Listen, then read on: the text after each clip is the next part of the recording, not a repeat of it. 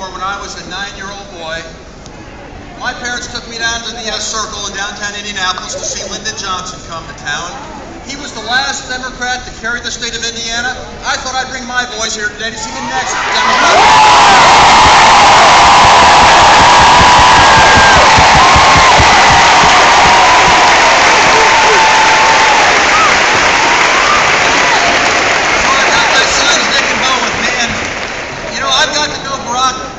really well over the last few months. We've had some extensive personal conversations about what we can do together to lead this country in a better direction. And at one point I said to him, you know, Barack, we got a lot in common. We're both from the Midwest. We're both younger guys. We both love sports. We both have young families. And for those of you who have met both Michelle Obama and Susan Bayh, you know that both Barack and I married up, right?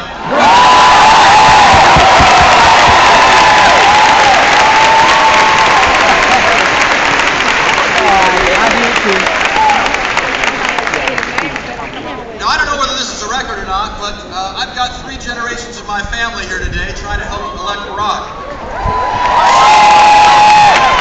Many of you here know that I am not the original Senator Bayh. My father had the privilege for 18 years of fighting for working men and women, fighting for seniors, fighting for students.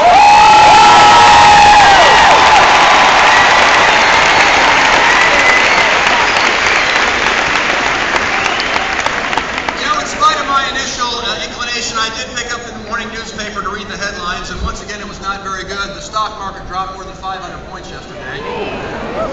A few days ago, the headline was that we had lost last month 159,000 jobs here in America. A few days before that, the chairman of the Federal Reserve Board, Ben Bernanke, said that we were in a financial crisis that was the worst since the Great Depression. And you know, as I was kind of rubbing my forehead this morning looking at the latest bad news, I did realize that there was one small glimmer of sunlight amidst the gloom. And here's what it is, my friends. In 3.5 months, the Bush administration will be done.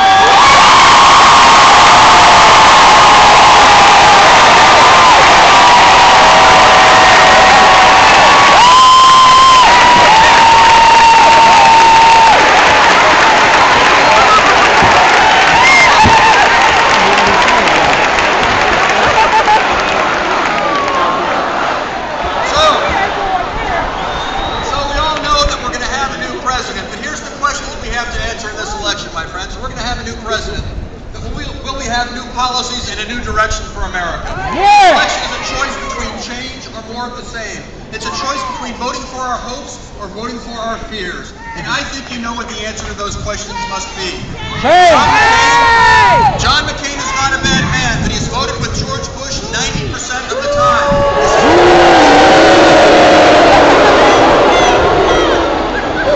Not too long ago, I think in the last couple of weeks, Senator McCain said he thought the fundamentals of the American economy were sound. Sometime before that, he had said that we had made great progress economically under President Bush. Well, since January, we lost 700,000 jobs. Now, how is John McCain going to solve the problems America faces when he doesn't understand the challenges that we have? We need Barack Obama to head us in a better direction.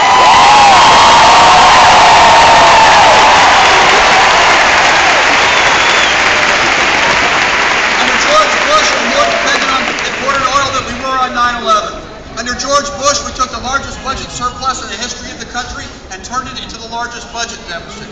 And in Iraq, John McCain has pledged to continue the policies of George Bush in Iraq. We've spent $700 billion of our tax dollars there, $10 billion more each and every month, even though Iraq is now running a $79 billion surplus. With Barack Obama, we'll take that money and invest it in American jobs.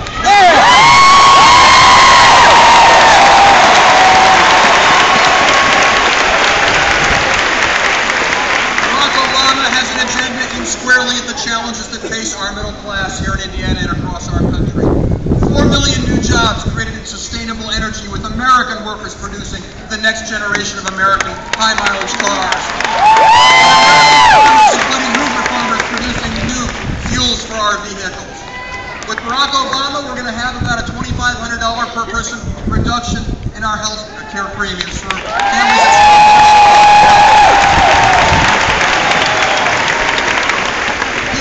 that $4,000 per middle-class family college tax credit to make it more affordable for us to send our kids.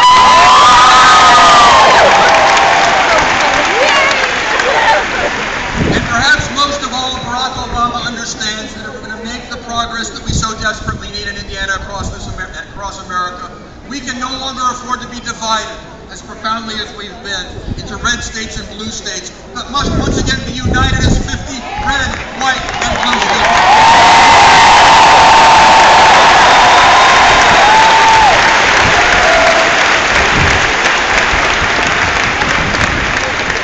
Barack Obama understands, his opponents have been rather forthright about it, my friends. They said over the next 28 days, they're going to attack him personally.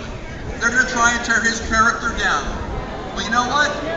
I don't think whatever they're going to do to him is going to compare to what the hits they've given the American people the last 8 years. I think he's strong enough to take it. The question is, what are we going to do? What are we going to do? The time has come. The time has come. The time has come to thinking about America. No longer the way that it is today, surrounded by challenges and problems. But instead to begin to think once again about a United States of America as it might one day be, if all of us work together to fulfill the potential of this great country. And to do that, we must make this election about more than a political party, and then more than even about the candidates themselves. It must be about a cause greater than each and every one of us. And so to those of you here today, the teachers and the parents who yearn for schools that will enable our children to fulfill their God-given potential, I say your cause is Barack Obama's cause.